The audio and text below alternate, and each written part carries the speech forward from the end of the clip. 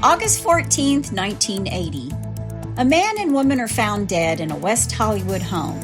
One is a small-time hustler, the other a Playboy Playmate who'd gone from serving ice cream to starring in a movie with Audrey Hepburn. This true crime has been studied, captured in films, and written about in songs. It's a story of jealousy, hatred, and fear. One man would discover the beautiful girl, and two powerful men would want to claim her. This is the story of Dorothy Stratten, Playboy Mansion to murder.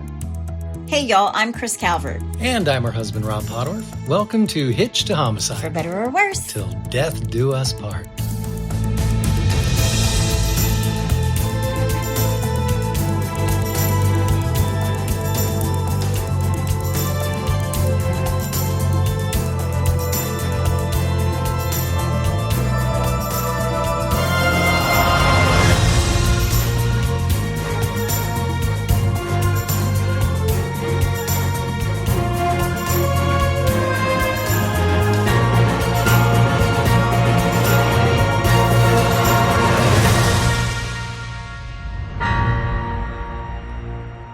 Welcome back, everybody. Yes, welcome.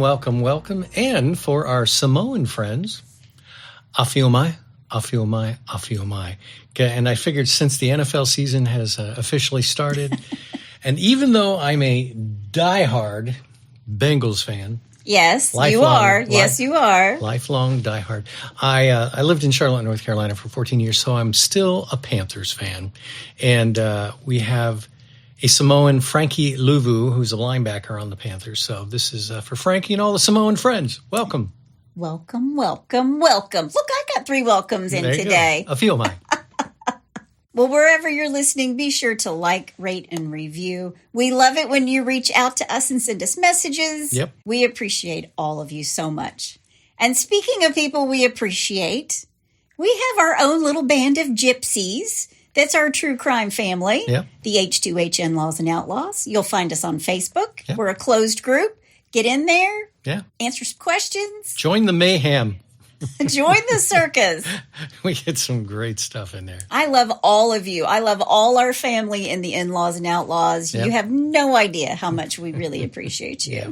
We covered this case 2 years ago, but I wanted to revisit it because since we covered it, Hulu did a series on the making of the Chippendales, and that's part of this case. Right. So I wanted to include Steve Banerjee because he's sort of entwined in this whole thing, and he is also just a horrible person, just like our killer. And those are his good qualities. Before we get started, let me thank some sources. The Village Voice and Teresa Carpenter's Pulitzer Prize-winning article, People Magazine, The Sun, The New York Post, ABC News 2020, The Daily Mail, Turner Classic Movies, The Plot Thickens, I'm Still Peter Bogdanovich, and The Killing of the Unicorn by Peter Bogdanovich. Okay, well, you ready? I am. All right, let's do it. Dorothy Ruth Hoog Stratten is born on February 28, 1960 at Grace Maternity Hospital in Vancouver, British Columbia. Okay. Her parents are Simon and Nellie. Both of her parents immigrated to British Columbia from the Netherlands after World War II. Dorothy's father was a carpenter and her mom was a stay-at-home mom. In 1961, she gets a little brother, John. Then, when Dorothy's dad leaves the family for another woman when she's about 3 years old, wow. It wasn't a happy marriage. Right. Yeah. Obviously. And when he goes, he leaves the family destitute. Okay. Dorothy's mom will work a whole bunch of jobs just to keep the lights on and food on the table. Shout out to all you hardworking single parents for taking more than one job and just keeping food on the table. But that's what her mom was doing. All right. When Dorothy is 8, her mother remarries, and in 1968 gives birth to Dorothy's half-sister, Louise. Okay. Now, Dorothy's stepdad had a bad temper, so out of the frying pan and into the fire, right? Right. And he would take it out on the children. One day, he broke John's arm, and Nellie picked up her kids and moved away. Yeah. And at the age of 14, Dorothy is going to go to work at the local Dairy Queen. And she'll take care of her little sister while her mom works day and night. Sometimes people just come in for a Coke. Just Coke. I love that movie, too. Dorothy is actually helping to feed the family. Like, she's in high school, and she is responsible for helping to keep food on the table and the lights on in the house. Wow. Now, Dorothy's a straight-A student. She's quiet. She keeps to herself. She's a little bit awkward, and she's not comfortable in her own skin. Dorothy doesn't think she's one of the pretty girls at school. And she actually tells a friend that she will never be pretty. Oh, wow. That's sad. Hold that thought. Okay, I'm holding. Meet Paul Snyder. He's born on April 15th, 1951 in Vancouver to David and Evelyn Snyder. He had 2 brothers and a sister. Paul grew up in a Jewish family in Vancouver's East End. Paul's parents get a divorce when he's just a kid, and from the time he quit school in the 7th grade, What? he's pretty much on his own. Wow. He was a skinny kid, so he took up bodybuilding in his late teens, and he also grew a mustache, a stash that he will keep for the rest of his life. All right. He groomed it impeccably. Okay. The women he'd encounter in the nightclubs of Vancouver thought he was handsome, and Paul liked women. Maybe I should say Paul loved women. Paul couldn't get enough. Yeah. And this guy really thinks he's all that. I mean, he really thinks he's special. Now, for a while, Paul's going to be a successful promoter of car and motorcycle shows, but real jobs just don't pay enough for him. And he wanted lots of money. And he wanted lots of women. Right.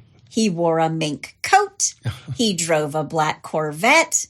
And around his neck, he wore a bejeweled Star of David.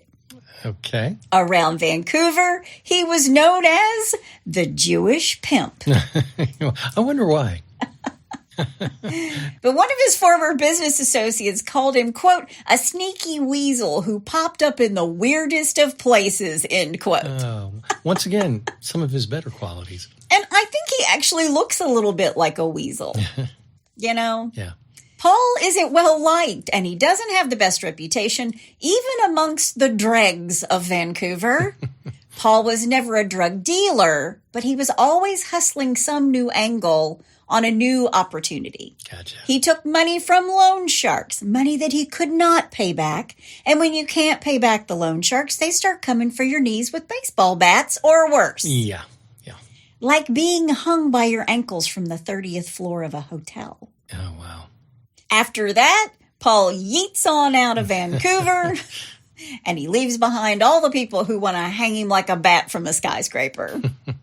When Paul leaves Vancouver, he moves to Los Angeles, California. Yeah, of course. Where he buys a gold limousine. Wow. Which goes really well with the stash. And he starts working his Machiavellian moves on some of the other girls living on the fringes of Beverly Hills. And Paul loved Hollywood. I mean, he loved it. He even thought about being an actor or a Hollywood star himself. Like it's so easy. Yeah, you have that choice. Yeah. And then he thought he might be a director or even a producer. He tried to weasel his way into some power circles in Hollywood. He's really, really unsuccessful with that. Okay. Now, after a while, Paul gives up pimping because the girls couldn't bring him enough money. And one of them had robbed him, actually. Oh, wow. Paul goes back to Vancouver in 1977, and he decides he's going to walk the straight and narrow. Mostly because he was afraid of going to jail. Yeah. Paul is so afraid of going to jail, he once told a girl he would kill himself before he would head off and be behind bars. Wow. That's called foreshadow. Uh-oh. Sorry, go ahead. One night after Paul moves back to Vancouver, he and a friend drop by the East Vancouver Dairy Queen. Okay. Love a good dilly bar, Dairy Queen. Yeah. Yep. And a Coke. And a Coke. And I love a good Blizzard. Yeah. Yeah. Especially when they hand it to you upside down. Oh, yeah. The first time he lays eyes on Dorothy Ruth Stratten, he is just bedazzled. Schmittened. Yeah. She's making the cones behind the counter, making the cones. She's very tall with a very sweet, natural look of a girl. but she moves like a, quote, mature woman, which I have no idea what that means. Yeah, well. How do you move like a woman? Most of us are just like trying to walk through life. Not stumble. Yeah. But when he sees her, Paul turns to his friend and says, quote, that girl could make me a lot of money, end quote. Wow. He gets Dorothy's number from another Dairy Queen employee, and then he calls her. Okay. In 1978, Dorothy is 17 years old. She's a senior at Centennial High School in British Columbia. Okay. Now, according to Teresa Carpenter's piece in The Village Voice, Dorothy would say the first time she met Paul, she was amused at his overtures. Quote, he was brash, lacking altogether in finesse, but he appealed to her because he was older by 9 years, and he was street smart, end quote. Okay. Paul offered to take care of Dorothy, and that was nice because remember, since the age of 14, Dorothy's been helping to put food on the table. Sure. Yeah. And she never really had nice things. And she didn't really have a father figure. Well, sure, right. And this is going to play into her life for the rest of this story. Gotcha. Paul thinks that Dorothy's beautiful. She's a blue-eyed blonde with an amazing body. And what people noticed about her most was that she was really unaware of how beautiful she was. But Paul knew. Paul knew how beautiful she was. And when he looked at Dorothy, he didn't just see a beautiful girl. He saw dollar signs. Cha-ching. Great minds think alike. Yep, absolutely. Paul tells Dorothy, I'm going to make you a model. Uh-oh. Okay, that sounds like a line. Yeah, right. He's full of lines. The stash, Yeah. the gold limo, whatever. You're going to hate him more and more as I go on. Oh, good. Paul and Dorothy start dating. I think she was taken with the idea that a grown man and not a high school boy is interested in her. Yeah. Because remember, she doesn't think she's pretty. Right. But Paul is actually grooming Dorothy to become a model and to become his lover. He bought her new clothes. He gave her a topaz ring that was set in diamonds. She used to hang out at his bachelor pad, decked out with skylights and plants and leather furniture. It smells like mahogany. I'm kind of a big deal. Yeah. It's very much Ron Burgundy vibes. Yeah, that's the whole image I had in my head. He's got the stash and everything. Yeah. Don't pretend like you're not impressed. He would buy them bottles of wine. He would cook for her. He'd fix hot toddies and play the guitar for her. I mean... That's how I got you. Yeah, why marry a musician if you can't get the perks? I'm just saying. That is not how you got me. But I do love it when you play the guitar for me. Yeah, I never did hot toddies. No, but you did play the guitar. Yeah, I did. And still do. Yeah. According to Carpenter's piece in The Village Voice, in public he was an obnoxious braggart. But privately, he could be a vulnerable, cuddly Jewish boy. Okay. And honestly, the cuddly part must be his hairy chest because he likes to show it off a lot. He wears his shirt unbuttoned down to his belt buckle. Oh, my gosh. What year was this again? 1978, 79. Yeah. That's right in there. That's the way, I like it. Sorry, little Casey in the Sunshine Band. Yeah, I would have shown off my chest hair if I'd have had any. Oh, my gosh. Well, you turned out okay, hadn't you? Okay. Before Dorothy met Paul, she'd only had one boyfriend. One. Dorothy thought she was a plain Jane. She was a shy teen who wrote bad poetry. Yeah. Wow. Dorothy's dream is to be a secretary. But Paul told her she was beautiful, and he filled her head with ideas of what she could do with her beauty. She could be a model. And while he's telling Dorothy the sky is the limit with her looks, he's telling his buddies that Dorothy is, quote, class merchandise, end quote. Nice guy. Smarmy. Yeah. Yep. Now, because of what Paul is used to promoting, tits, ass, and sex workers, he's looked into what it would take to make one of his, quote, girls into a Playboy Playmate. And in fact, in 1974, he had unsuccessfully tried to make an exotic dancer he repped, a Playmate. And he was kind of known for using girls who tried to make it as a Playboy bunny to work his auto shows. Like the girls who would like Vanna White around the car as it spins on the showroom floor kind of thing. The 1978 Lincoln Continental. Exactly. There you go. Dorothy was inexperienced, and Paul took his time with her. He didn't want Dorothy to be uncomfortable with anything and call the whole thing off. Like he was afraid to go too far too fast because she'd walk away. Right. Now, 26-year-old Paul takes 18-year-old Dorothy to her senior prom, her graduation dance, and he even buys her a white dress for the night. Okay. And after graduation and prom, Paul tells Dorothy that he wants his friend to take some photos of her, some modeling photos. Oh, no. So Paul takes Dorothy to a photographer. His name is Uva Meyer. She wears the same white dress that he bought for her in these photographs. Okay. After this photo shoot, Paul tells Dorothy, you need to take some nude shots. And that's what's going to make you famous. Wow. And Paul is saying this because he has heard it's the 25th anniversary of Playboy, and they are searching the globe for new talent. Gotcha. And Paul's like, I got the talent. Yeah. I got the talent right here. Yeah. Just a month later, Paul calls Uva again, telling him, we want to book a nude photo shoot this time, and we're going to do it at my bachelor pad. Because Paul's trying to make Dorothy as comfortable as possible. Sure. And his apartment is really familiar to her. And this is probably the only place Dorothy has ever taken her clothes off. When Uva arrives, he brings hair and makeup with him. Dorothy's nervous at first when the camera shutter starts clicking, but she was really eager to please Uva and to please Paul, and she starts to feel more and more comfortable. And as he's taking these photos, both Uva and Paul are thinking about the $1,000 finder's fee that Playboy routinely pays photographers who discover Playmates. Oh, I didn't know that. Again, they're looking at this beautiful girl and they're just thinking, dollar signs. Yeah, merchandise. Yeah. Then Paul takes her to another photographer. His name is Ken Honey. And Ken's been awarded the $1,000 before for finding a Playmate.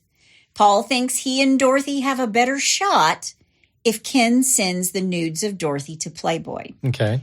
Because he has this established relationship with them. Right. But at first, Ken Honey says, no way, Jose, I'm not taking pictures of Dorothy. Dorothy's 18. And that might be legal in the United States, but in Canada, that's underage. Oh, I didn't know that. 19 is the legal age of adulthood. Really? Okay. Which means Dorothy needs her mama's permission. She needs her mom's signature in order to take her clothes off for Ken.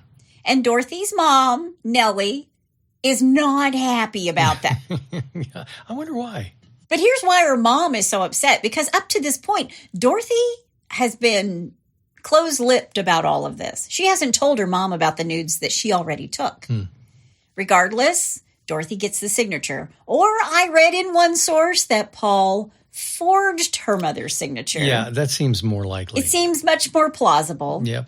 Ken Honey takes the photos, and according to Ken, there were tears. Dorothy didn't like being nude.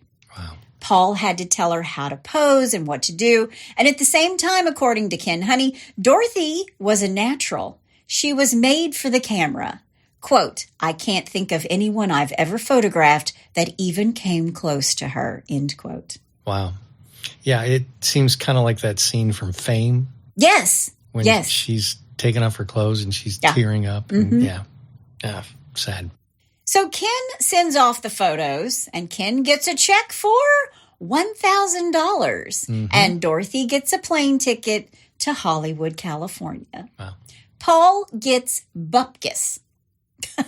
He gets nothing. Wow. It all happened very fast. Playboy got the photos, and the day after, Dorothy's got this plane ticket to L.A. And Paul's got nothing. Nothing. Wow. So Dorothy graduates in May, takes these photos in June, and then takes nude photos in July. Then she takes more nude photos at the end of July. And by late August, Dorothy is on a plane. It's the first time Dorothy has ever flown anywhere. Wow. She's never been on a plane before. Yeah. She gets to the Playboy Mansion. She thinks it's a castle. She's never seen anything like it. There's celebrities everywhere, beautiful girls everywhere. It's Southern California. It's sunny. It's 72 every single day. Yeah. But she is there without Paul because Paul wasn't invited. Oh, man. I'm sure that went over like poop in a punch bowl. Something like that. So Playboy got the photos from Ken Honey. No one knows or cares about Paul Snyder. Right. But Dorothy's on the phone with him constantly because she needs reassurance. Sure.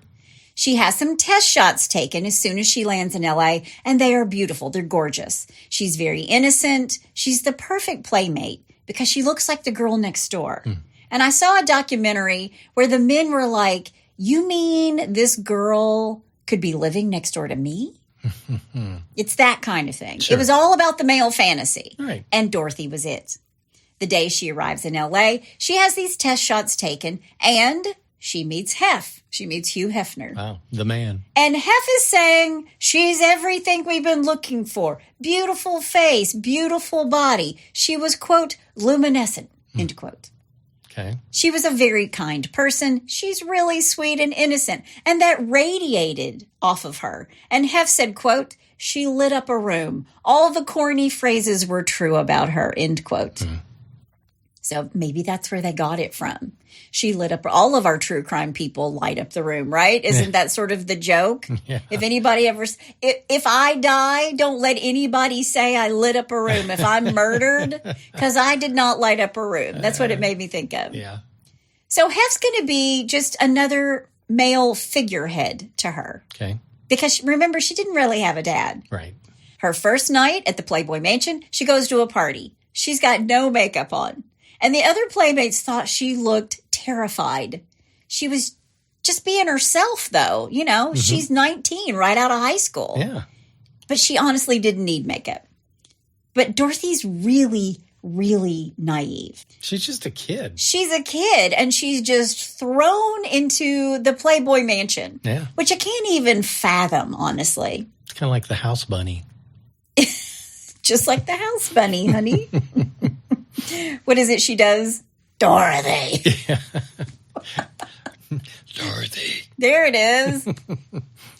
I'm sorry if you haven't seen House Bunny. That's what we're referring to. Yeah.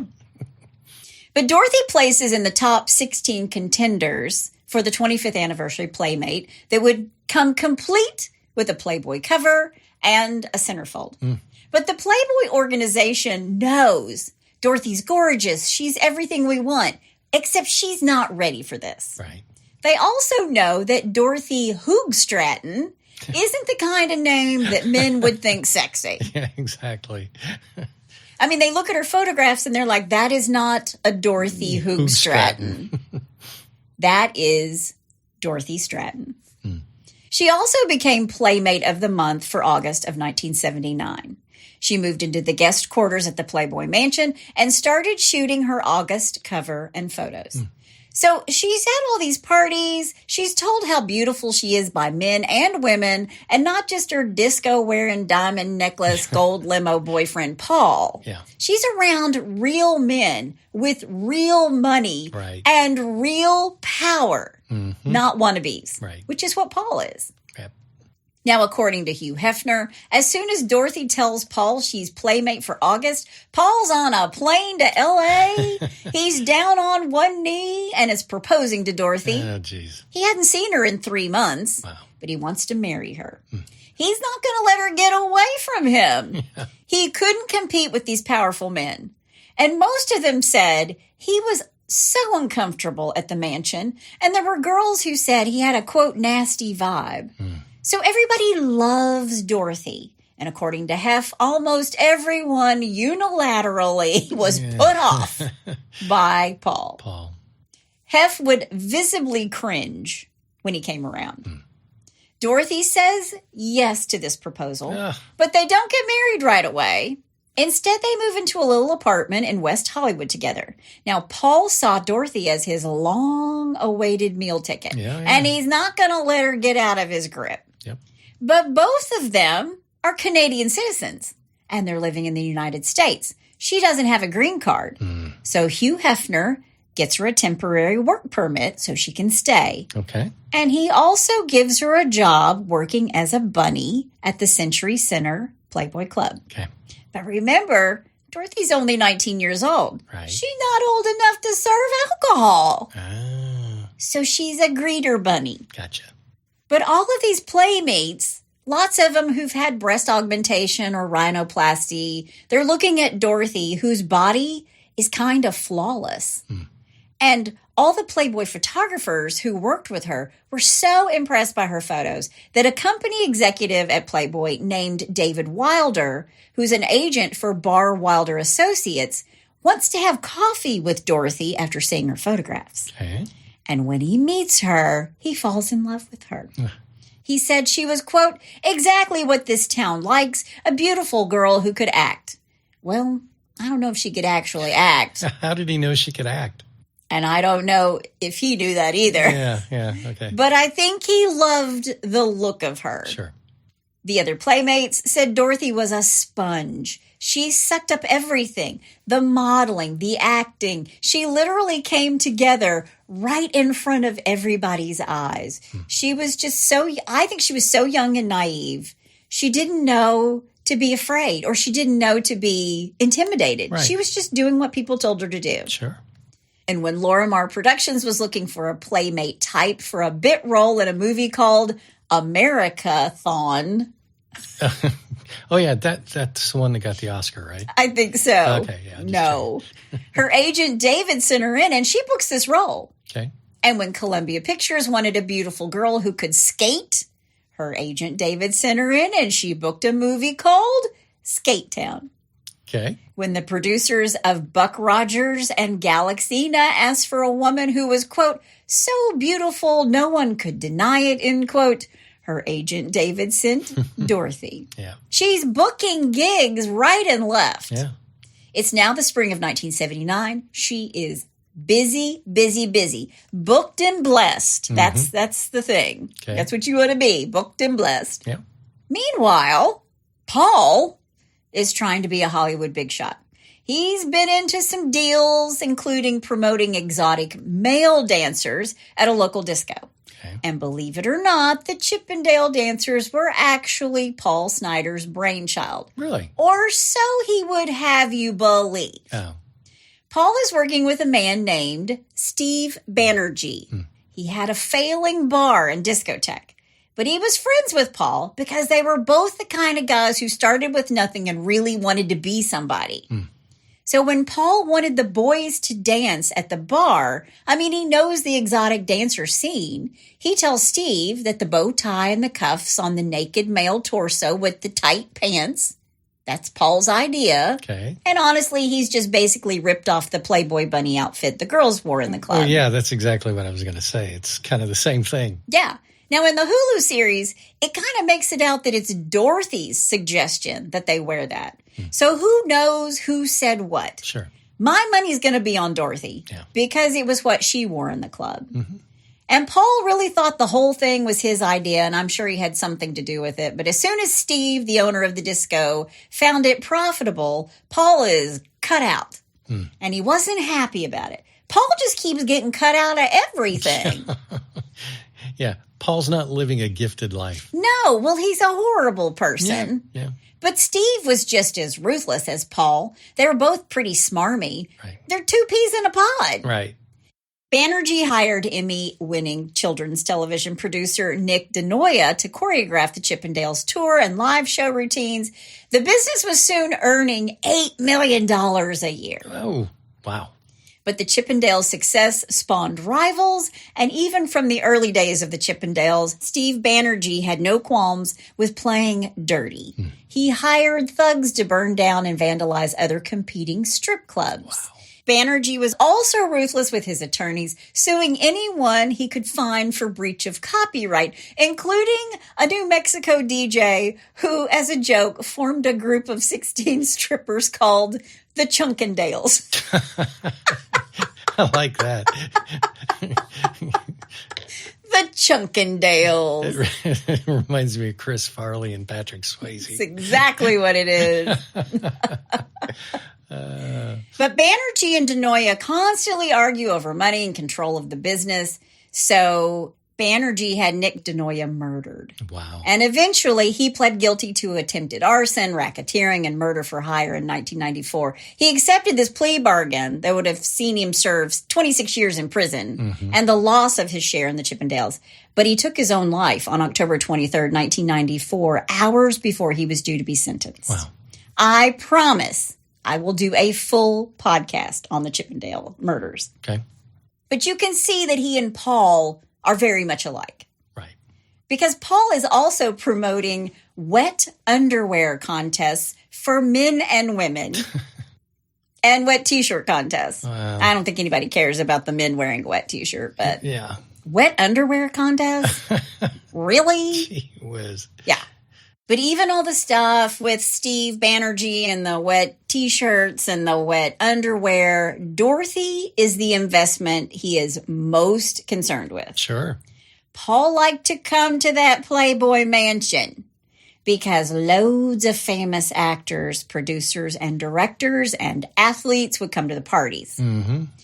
This was a place that Jack Nicholson, Warren Beatty, Kirk Douglas, James Caan, and Peter Bogdanovich came to party. Sure. I mean, it was the who's who. Tons of them were there. Yeah. There are pictures of so many celebrities there.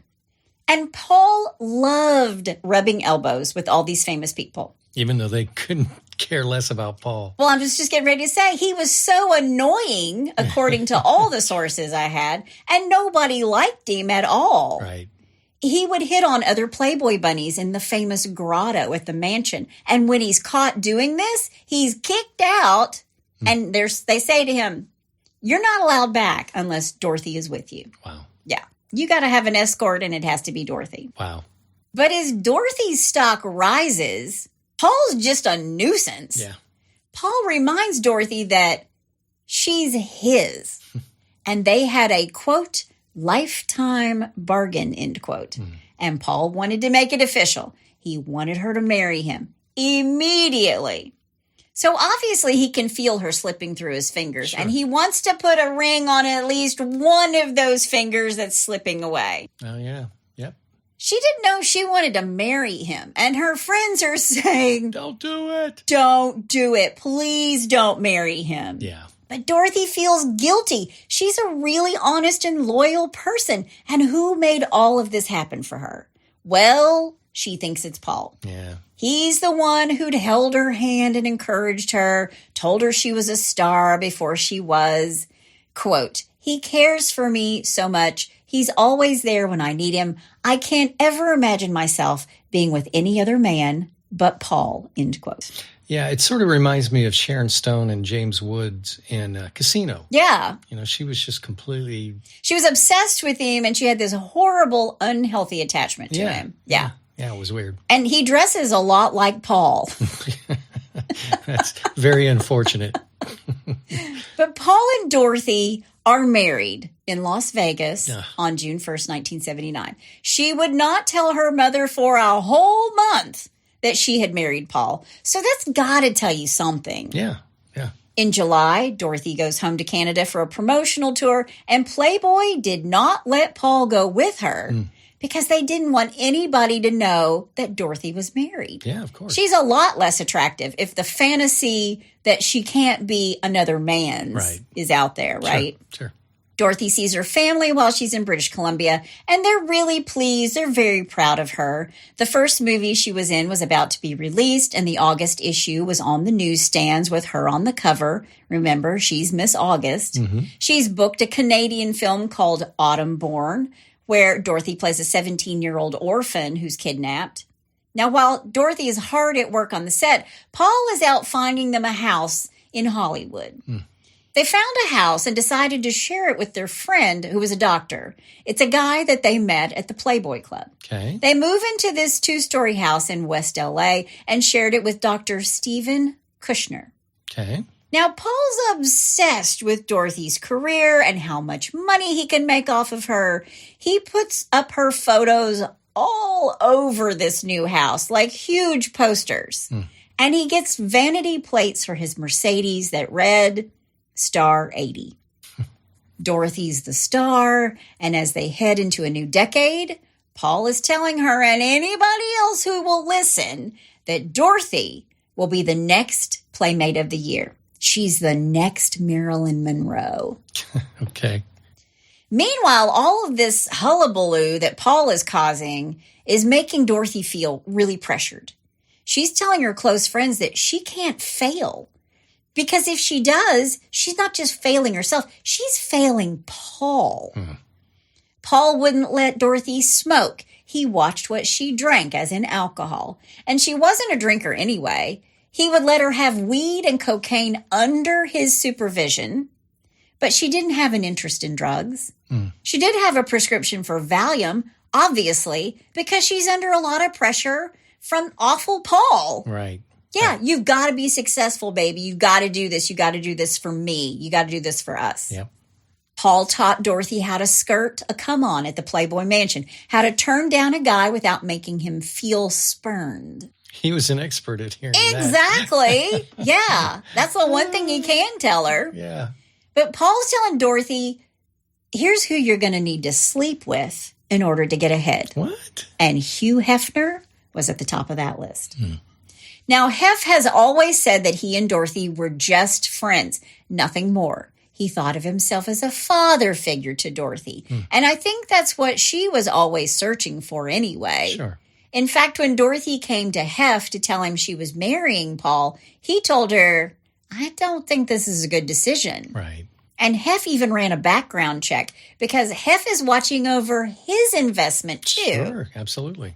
Now, in late October 1979, Dorothy has a big part in a made-for-television special called The Playboy Roller Disco and Pajama Party. I didn't see it, but I remember hearing about that. It's an ABC special that would air on Black Friday in the United States the day after Thanksgiving. Yeah. It was hosted by Richard Dawson. Survey says. And the musical guests? Yeah. The Village People. Oh. And Chuck Mangione. Oh, wow. Yeah. But Dorothy's the star, and everybody notices how comfortable she is in front of a camera. She's roller skating in a bikini. She's having a big time. Also at this party were lots of stars and producers and directors, including Peter Bogdanovich, who'd been wildly successful with his movie, The Last Picture Show. Sure. And he's friends with Hef, who was a producer on this last movie. Okay. And when Dorothy meets Peter Bogdanovich, she says, what do you do? Oh, wow. And he replies, I'm a director. He really liked it that she had absolutely no idea who he was. Yeah.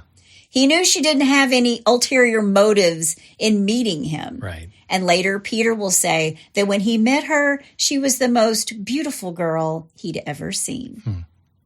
But after this ABC special, her career kicks into high gear. Around the 1st of December, a Fantasy Island episode she did airs. Later, the Buck Rogers movie is released. But the big news going into 1980, Hef has made Dorothy the 1980 Playmate of the Year. Wow. Also, during all of this time, Peter Bogdanovich is looking for somebody to play a particular role in a movie he'll be shooting in the coming year. And when Peter goes back to the Playboy Mansion, he sees Dorothy again.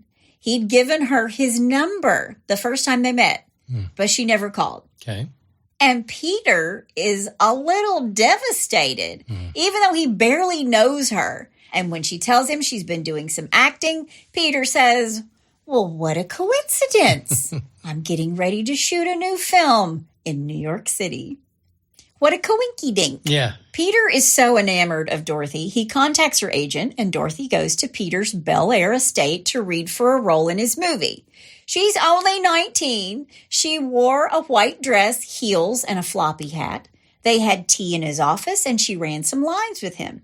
And she was good. She goes back to her 3 more times. Bogdanovich said, quote, she had a kind of glow about her. The way she moved, the way she laughed. She was very smart to talk to, a great conversationalist, and a great sense of humor, end quote. So these two really get to know each other. Yeah. And Dorothy became interested in Peter when he did not make a pass at her. Because everybody's hitting on her. Sure. But Peter wasn't that guy. Right. Now, these two don't see each other for another 6 weeks, but they talked on the phone all the time. Uh-oh. So Dorothy's breaking out on her own. She's outgrowing Paul, and he knew it. Yeah. So what does he do? He becomes even more demanding. He tries to control her, and he wanted complete control over her financial affairs and the movie offers that she would accept. Dorothy tells him that he's being unreasonable. That is an understatement. Yeah. She's got an agent and a business manager, and she didn't need him fielding offers for her. Right. Dorothy had made considerable money being the Playmate of the Year, and Paul wanted to take her $200,000 she got and buy a house. Paul spent lots of time looking at houses, and Dorothy spent all her time telling him she didn't like any of the houses that he picked out. So she's kind of pulling away from him. Sure. It's also around this time that Peter Bogdanovich cast Dorothy, along with Audrey Hepburn, Oh, wow. Ben Gazzara, and John Ritter in They All Laughed. Wow. 3 months after he meets her, he's created a role for her, a woman in a bad marriage. Okay. Think that's a coinky-dink? Yeah. No, I think not. Typecasting. In the beginning, they're friends. Dorothy would share a little bit about herself. She'd let him in because she's this very private person, and Peter would fall a little bit more in love with her every day. They took a walk on the beach and kissed for the first time. Oh, wow. Quote, "It blew me away, and that was the beginning." And she said, "I can't do anything else. I've got to go back to my husband," end quote. And by anything else, she means sex, of course. Sure. Quote, "So that's all we did for about a month," end quote. Okay. Peter goes on to New York City for pre-production of his film, and while he's there, he gets a card from Dorothy with a girl jumping on the beach, and on the inside it said, quote, "1 day since yesterday," end quote, meaning 1 day since their kiss. Yeah. Dorothy would write this on other things to Peter as well. Yeah. And it kind of reminded me that you and I have our little things that we write to each other that we said when we first met. Yeah. Our little private things. Our little private things. Peter would write a song about her. I mean, these two are in love. Yeah. Yep. Rob wrote a song for me. It's true. Yes, I did. Yes, he did. Peter would spend the week in New York City and then fly back to L.A. on the weekends just to see Dorothy. He called her DR, Dorothy Ruth, her middle name. Gotcha. And for Valentine's Day that year, he gave her a unicorn pin and a copy of the book Arabian Nights. He wrote a code within the book that spelled PB loves DR. Oh. Dorothy was writing poetry about the two of them. Bad poetry, but Bad poetry. she's still writing poetry. I've never written poetry about you, sweetheart. I'm sorry. Not a poet. That's all right. Long form only. Yeah. But these two hadn't slept together yet, but they were really, really in love. Yeah. March 1980, Dorothy flies to New York City to start shooting the film. It's her first time in the Big Apple, so Peter takes her to an authentic Italian restaurant. Oh, yeah. And then they take a horse-drawn carriage ride through Central Park. Oh, yeah. I got to take Rob into Little Italy for the first time, and he loved it. Oh, yeah. It was awesome. But not long after, Dorothy moved into Peter's room at the Plaza Hotel. When filming began in March of 1980 in New York City, Paul wanted to be on the set with Dorothy. But Dorothy's like, no. Yeah, you just stay there. It's a closed set, Paul. You're not allowed to come. Yeah. But she's secretly having an affair with Peter Bogdanovich. Sure. And while they're filming in New York, Dorothy keeps to herself and is at times playful with Peter, but they were never, ever overt with their relationship. Gotcha. I mean, he's having an affair with a woman who was married to a hustler back in Hollywood. Yeah. Peter would later say that she can't walk down the street without turning heads, but she didn't like it. She didn't like to be watched. But according to a crew member, even though she didn't have many lines and her part was small, she had this one scene where she's dressed in all white and she's sitting at the Algonquin Hotel. She's bathed in light. Quote, "It was one of those scenes that could make a career," end quote. Oh, wow. The camera loved her. And Peter called Hef and said, I'm expanding her role. I got to keep her longer. I'm keeping her longer because I'm making her role bigger. Right. She's not getting more lines, but she's definitely getting more screen time. Gotcha. Dorothy even gets to know Peter Bogdanovich's daughters because they're on set for a few days during their spring break. Okay. And the girls loved her. And Peter is very much in love with Dorothy. He wants to marry her. Everything seems perfect. Even his girls love her. But what about Paul? Yeah, what about Paul? He's back in L.A. And remember when Dorothy first started out, she would call him all the time and fill him in on everything. And now she's cold on the phone. She's too tired to talk. And when he would say, I love you, she didn't say it back. Oh. And then she started screening her calls. Yeah, Paul, the door is right over there. She's ghosting him before ghosting was a thing. That's it. Yeah. Wow. But she did have to fly back to L.A. in late April for appearances for her Playmate of the Year stuff. And she had an appearance on the Johnny Carson show. And after Carson, she had a Canadian tour. And when Dorothy is in Toronto, Paul calls her and Dorothy tells him she wants more freedom from him.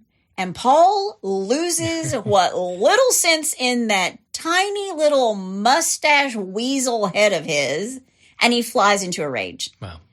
She agrees to meet Paul in Vancouver the second week in May. Her mom was getting remarried. But what had Paul been doing in L.A.? Well, he was managing a health club, and he started making these, quote, exercise benches. Okay.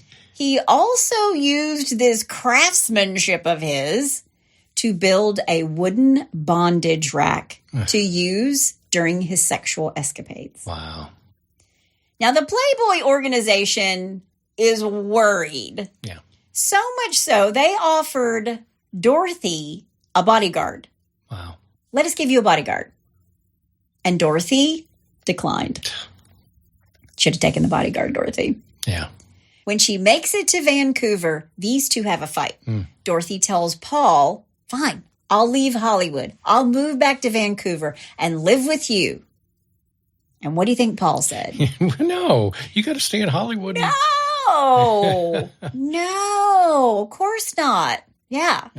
But at the same time, Paul has found love letters and poems between Peter and Dorothy. Ooh. So he knows. Oh.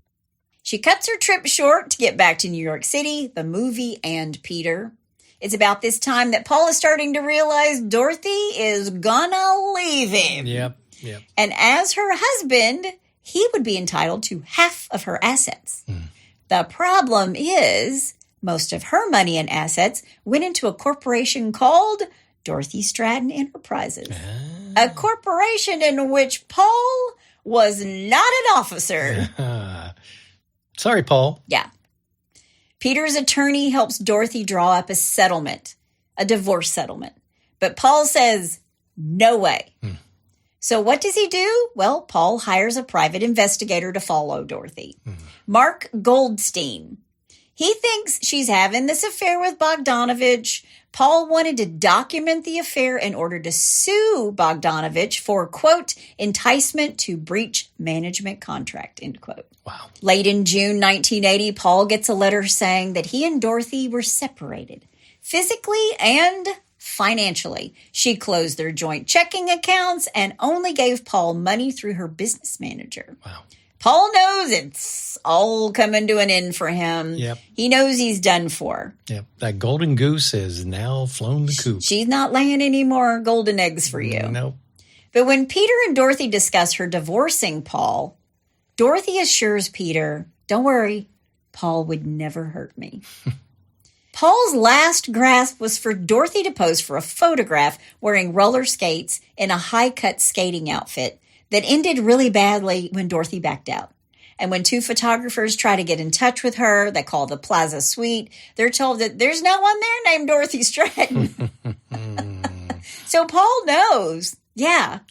Dorothy and Peter go to London for 10 days after the movie wraps. She'd never been to a museum. She'd never been to Europe. So they went to the National Gallery. It was kind of like a honeymoon for these two. Yeah. And on the flight back to L.A., all Dorothy could do was cry. Dorothy sees Paul when she gets back into L.A., and when she goes back to Peter, she says, quote, everything's fine. Everything's fine. Paul knows he's really got nothing. Right. He doesn't have Dorothy. He doesn't have money to fight Peter Bogdanovich in court. And Dorothy had pretty much cut him off personally and financially. So late in July, his roommate, Dr. Kushner, found him crying over Dorothy. Wow. I've lost my meal ticket. Oh, man. I've lost my meal ticket. Paul knows that Dorothy and Peter went to London on vacation together. He also knows now that they were home, there was a great big party scheduled at the Playboy Mansion on August 1st. It's called the Midsummer Night's Dream Party. And Paul thinks Peter Bogdanovich and Dorothy will show up there together. So he calls the Playboy Mansion and tries to be put on the guest list and is told after Hef calls Peter to ask him, this is the only way he's getting in is if Dorothy comes with him. Right. So it was Peter's call not to allow Paul into the Playboy Mansion. Okay. And that really pissed Paul off. Of course, yeah. Because he's been cut off from everything, including the mansion. Yep. But Dorothy didn't even show up at the party, and neither did Peter. She had moved into Peter's home in Bel Air, and Bel Air was a place where Paul wanted to live because Aaron Spelling lived there. Wow. Okay. I mean, he's a puddle. He's so shallow, he's a puddle. Well, he's a poser. Yeah, he's a poser. Yeah. When Dorothy gets back from her vacation with Peter, she has a Playmate promotional thing to do in Dallas and Houston. And according to many reports, she looked radiant. She'd been approached about playing Marilyn Monroe in a made-for-TV movie. She'd been discussed as a candidate for Charlie's Angels. She was being considered for The Last Desperado. Dorothy was the it girl. Wow. But I think, and this is just my opinion, that Dorothy was a pleaser. She wanted to please people. She was being pulled in all kinds of different directions. Sure. And I'm sure each of these men loved her in their own way, but Paul wanted her for his own reasons. And make no mistake, Hef wanted her for his own reasons. Sure. And so did Peter Bogdanovich. Right. But who really had Dorothy's best interest at heart? Who had nothing to gain from Dorothy? I don't know that she had that. Yeah. I saw where someone described it as a den of wolves. Everybody wanted a piece of Dorothy. Yeah. But according to many, behind closed doors, she was worried about Paul. From Houston, she called him and arranged a date to see him back in Los Angeles on Friday, August 8th. They were going to go to lunch. Okay. But the lunch date ended up with them back at Paul's place, where Dorothy finally comes clean and tells Paul, I'm in love with Peter Bogdanovich. She also tells him, I want out of this marriage, so what's it going to take? Yeah. And before she left that day, she rifled through her own closet. She took the clothes that she wanted, and she left everything else behind. Okay. Paul is crushed. His friends also notice that in his pit of despair, he's very preoccupied with guns. On Sunday afternoon, August 10th, Paul throws a barbecue at his house, and he invited his private investigator, Mark Goldstein. While the barbecue is happening, Paul takes Goldstein aside and says, I want you to buy me a machine gun. What? He needed it for home protection. Nobody's coming for you, Paul. Yeah. Nobody wants you, Paul. Yeah. Mark Goldstein talks him out of the machine gun. But in the classified ads, Paul finds someone in the San Fernando Valley who wanted to sell their 12-gauge Mossberg pump-action shotgun. No. Paul circles the ad in the newspaper, and then he calls them. On Monday, August 11th, Paul drives into the valley to buy this gun. He gets in touch with this owner who brings it to this construction site where he showed Paul how to load it and how to fire it. Wow.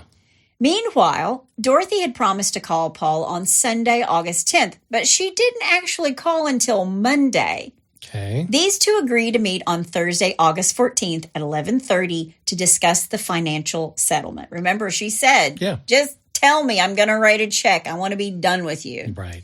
And Dorothy's team had told her to offer him a specific sum. So it's not a negotiation. Right. It's just an offer. That's what her people are telling her. Yeah.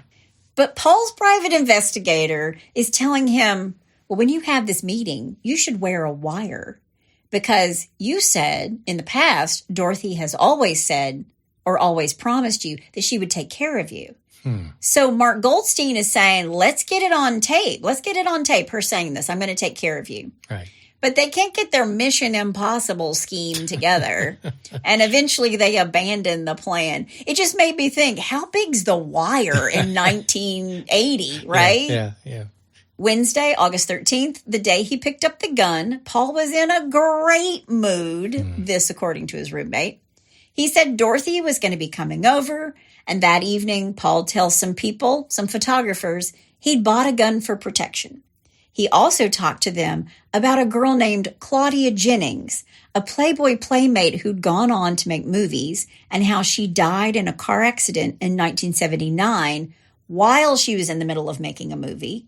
And he made it a point to say that some actresses are killed before their films come out. And when that happens, it causes a lot of chaos. What do you think he's talking about? Yeah. Now, it's about this time that Peter Bogdanovich discovers that Mark Goldstein, the private investigator, has been tailing Dorothy. And he's pissed. But Dorothy's okay with it because she believes that she and Paul are on the verge of working it all out. Again, she's very naive. So it's just kind of like, don't worry, it's going to be okay. I don't care that he's following me. He's not going to hurt me. Right. But Dorothy did not tell Peter she was going to meet Paul on Thursday, August 14th. She only told her little sister Louise, who was in from Vancouver visiting and staying at Peter's house with both of Peter's daughters. Okay. But Dorothy tells Louise, don't tell anybody. Don't tell anybody I'm meeting with Paul. Wow. On Thursday, August 14th at 11 a.m., Dorothy goes to meet Paul. At 12:30, Dorothy is seen going into the house by the private investigator, Mark Goldstein. A little bit later after that, Goldstein calls Paul to see how's it going. Right. And Paul answers the phone and in code let Goldstein know that everything was fine. Okay. Then periodically through the afternoon, Goldstein called Paul, but Paul was not answering his phone. No one was entering the house at all or leaving the house until 5 p.m. when one of Paul's girls or one of his girlfriends came to the house. Right. And she sees Dorothy's car in the street and noticed that Paul's bedroom door is closed. And since the door was closed and they didn't hear anything coming from the room, these two girls assume Paul wants to be alone with Dorothy, and they leave to go skating, of all things. Okay. Peter is also calling. He's having his secretary call after he finds out from Louise at 6 o'clock that night that Dorothy went to meet Paul. And there's no answer. Right. And this is when they start to get worried. Sure. At 7 p.m., these two girls finish skating and they return. But by then, Dr. Kushner, the roommate, had also made it home. And he had also noticed that the door is closed to Paul's bedroom. Right. But Dr. Kushner also says he can hear Paul's phone ringing in the bedroom. Not his cell phone, obviously. It's 1980, right? Right. A little bit before midnight, Goldstein calls and asks Dr. Kushner, go knock on Paul's bedroom door. It's midnight. Right. So Dr. Kushner goes to the door, he knocks, and when there's no response, he pushes open the door. Now, nobody knows how the events unfolded after Dorothy showed up that afternoon. But what they found was blood and carnage. In the bedroom, both Dorothy and Paul were dead, and they were both nude. Wow. Dorothy was laying across the bottom corner of the bed. Both of her knees were on the carpet, and her right shoulder was drooping. She'd been shot with the 12-gauge shotgun. The shell entered above her left eye. Her face was basically gone. Jeez. She's in full rigor mortis, so she's been dead for a while. Right. Dorothy had been sodomized. Now, whether it was before or after she was shot is unknown. After Paul killed her, she'd been moved into that position, and there were bloody handprints on her butt and her left leg. Wow. And then near her head, Paul's handmade bondage rack set is set up for anal intercourse. Wow. There were loops of used and unused tape lying around. Strands of Dorothy's blonde hair were clutched in Paul's right hand. He was face down, lying parallel to the foot of the bed. The muzzle of the shotgun had burned his right cheek as the shell casing went into his brain. The shot didn't drive him backwards, but instead forward over the barrel of the gun. Wow. Again, carnage. Yeah.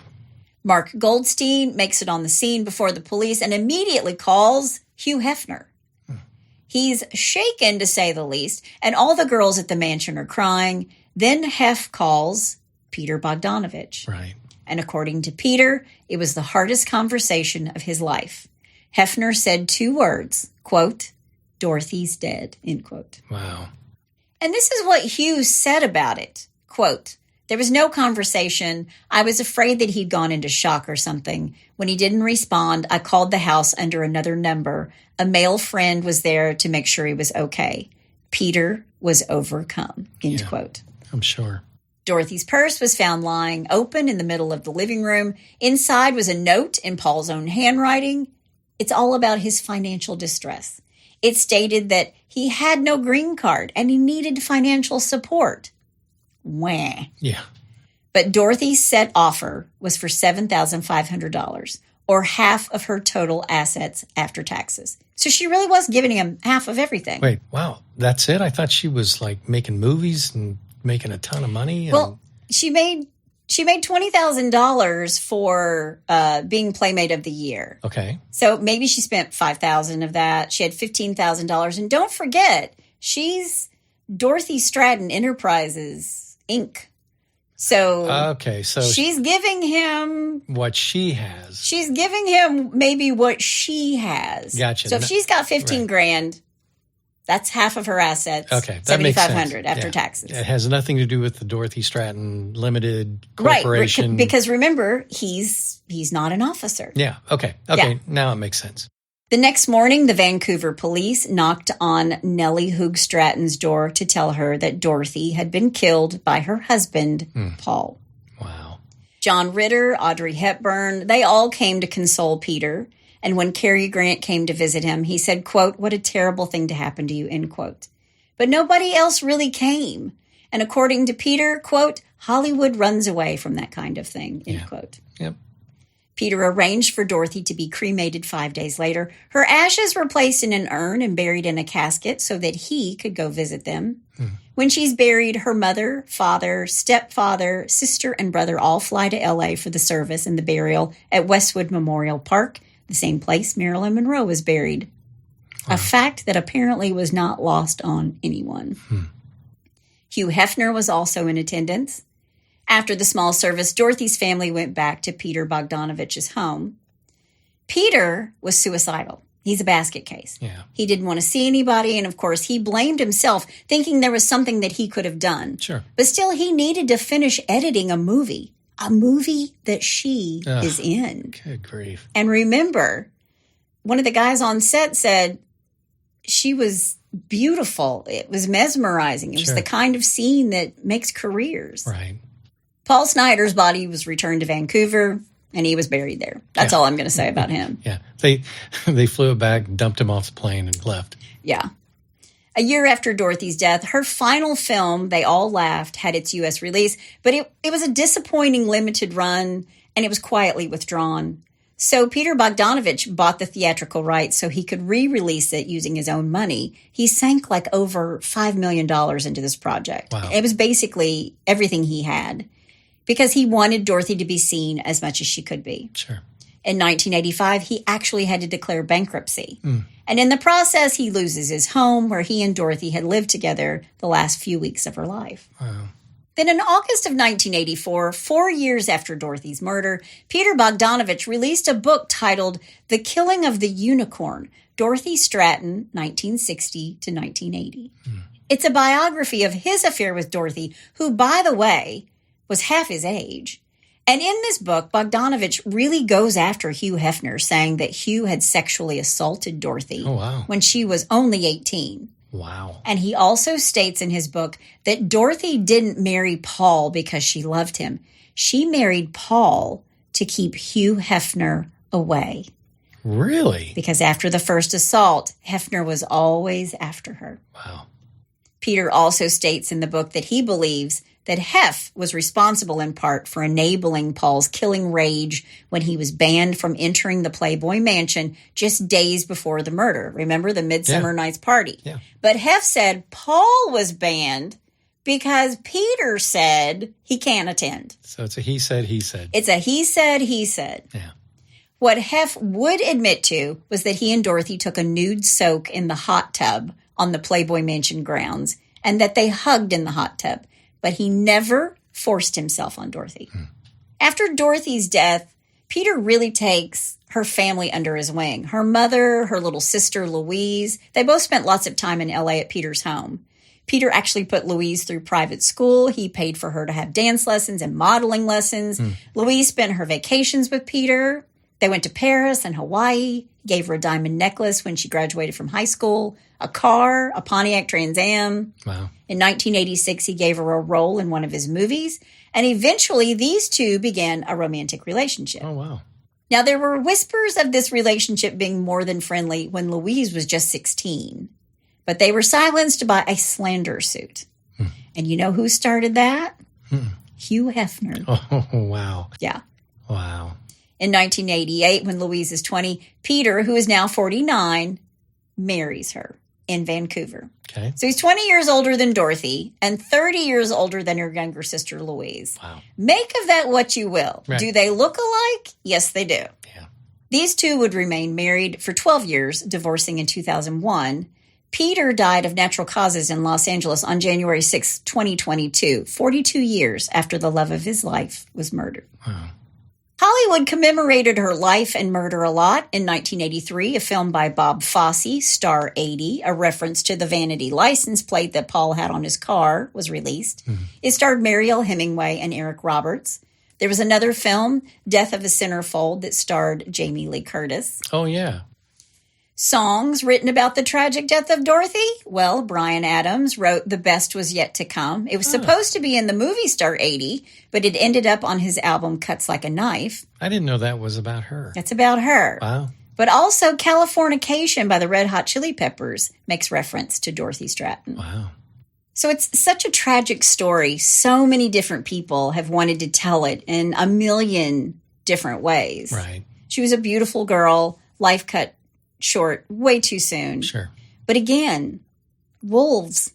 Yeah. Just wolves in the den, it feels like. Everybody wanted a piece of her. Everybody wanted a piece of her. Yeah. But that is the story of Dorothy Stratten, and that's all I have to say about that. Hey, Hitch to Homicide listeners, the wait is over. If you're a reader or a fan of my Sex and Lies series, Book 10, Sex, Lies, and Rock and Roll is now available on Amazon. With a successful tour and 2 years of sobriety under his belt, rock star Noah Hart is ready to put his secrets and the past behind him. That is, until his former bandmates and business partners are murdered one by one, and suddenly he becomes the prime suspect. When FBI agent Louisa Hathaway is assigned to the case, no one, including her partner, is aware she carries her own secrets, including an undeniable infatuation with rock and roll's bad boy, Noah Hart. As the body count rises, Agent Hathaway is torn between unraveling the truth and falling for the man who might be the killer. Don't miss this new book, Sex, Lies, and Rock and Roll, by me, Chris Calvert. Only on Amazon. Rock and roll will never die, but it might kill you. That's such a sad story because you look at somebody that had all the potential in the world and was on her way. Well, actually, she was there. Yeah. And then some dumb, whatever. Asshat. Yeah, dumb asshat. Some asshat, yeah. But everybody wanted a piece of this girl. Yeah. And you know what? She had no idea. I mean, she was just a girl in British Columbia. Sure. At the Dairy Queen who wanted to be a secretary. Right. And she probably would have been happy with that. Yeah, just had no idea. Well, yeah. Well, it's a sad story. And it is. My heart goes out to her family. Yeah. Okay, well, let's move on. Let's do a little, well, bless your heart. Well, bless your heart. All right, number one. Should have activated your karma alarm. Your karma alarm. Yes. Is there no honor among thieves? While 2 suspects were being questioned by Ogden, Utah police about shoplifting from a store, someone broke into their car and stole a stereo and several other items. That is karma. A karma alarm. I love that one. All right, number 2. No one likes a tattler. A tattler? A tattler. Okay. A good Samaritan noticed an elderly man being robbed, so he jumped in and punched the thief. The thief was so upset, he called the police to complain. Really? Really? Yeah, there you go. And number 3, this is a little long, unmistaken identity. Okay. As the Denver Channel reported, a 68-year-old Denver man made it pretty easy to track down an alleged bank robber after he wore a shirt with his name on it while robbing a bank. I mean... According to police, the Denver man went to a Wells Fargo bank branch in Denver with a shirt on bearing his name. The suspect approached the teller and said, "This is a robbery. Give me the money." He said it just like that, too. Exactly. Just like that. But it gets better. The suspect also allegedly drove his own vehicle to the bank, so investigators were able to use the license plate to track down the man. Officers showed his DMV photo to a bank employee who said, "Yeah, that's him. That's a guy." Yeah, he's the one who robbed the bank this morning." Oh, my gosh. The investigation that took all of 5 hours resulted in the suspect being arrested. While in custody, the man said he had told his wife that he had borrowed the money and did not tell her that he had robbed the bank. Bless his heart. Bless his heart. He's a stealthy one. Yes. Got to watch that one. He's stealthy. You know the police were down at the precinct going, Yeah, they're going, "I'm going home early tonight." yeah. They're like, oh my gosh, if they were all this easy. Yeah. Oh, well. There you go. Those were good. Yep. Well, if you have a bless your heart or you know somebody's heart who needs blessing, Yep. or somebody who wears their own name on their shirt Yeah, take your name tag off. to rob a bank, Yeah, wow. I'm telling you what. You can go to hitchtohomicide.com where there's a pull-down menu. You can also suggest a case. Yep. We love that. Yes, we do. We're so glad you joined us again today. That's my amazing husband out there. And that's my beautiful bride in the booth. Join us next time on Hitch to Homicide. Bye, y'all.